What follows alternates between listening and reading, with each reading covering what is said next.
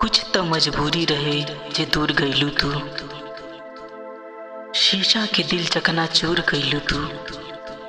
अब मन करे कि खाली जहरिया मासूम दिल के रुआ के का पैलू तू।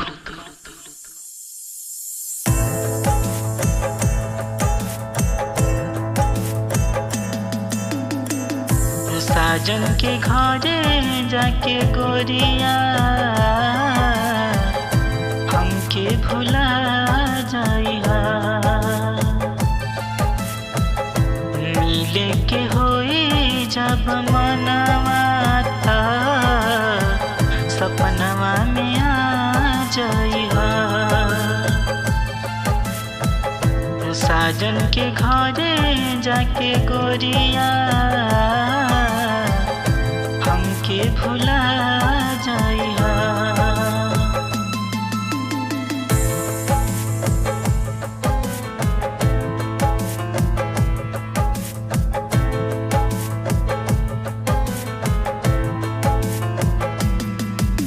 हाथे में मेहंदी रचा के सनम हमर याद दिल से मिटा के सनम। हाथे में मेहंदी रचा के सनम हमर याद दिल से मिटा के सनम। संसार नाया तो पाके सनम खुश रही हो साथ निभा के सनम। आंसू बहई हो तनिको ना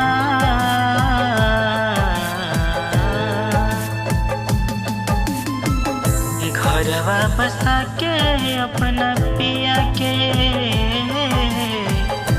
जीवन बिता जाइहा। साजन के घरे जाके गोरिया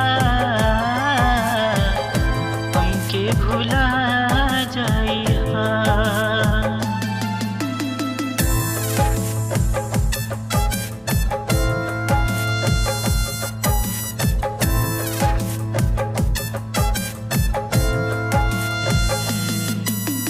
किस्मत में लिखल रहे ई जुदाई यही से आज तू भइलू पराई। किस्मत में लिखल रहे ई जुदाई यही से आज तू भइलू पराई। दिलवा के दर्द कैसे सुनाई मारता जान होई तन्हाई। पहले जतना फिकर करिहना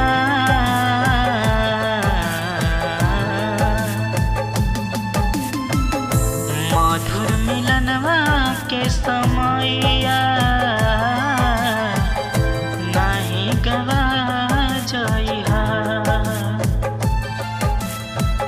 साजन के घरे जाके गोरिया हमके भुला जाइहा।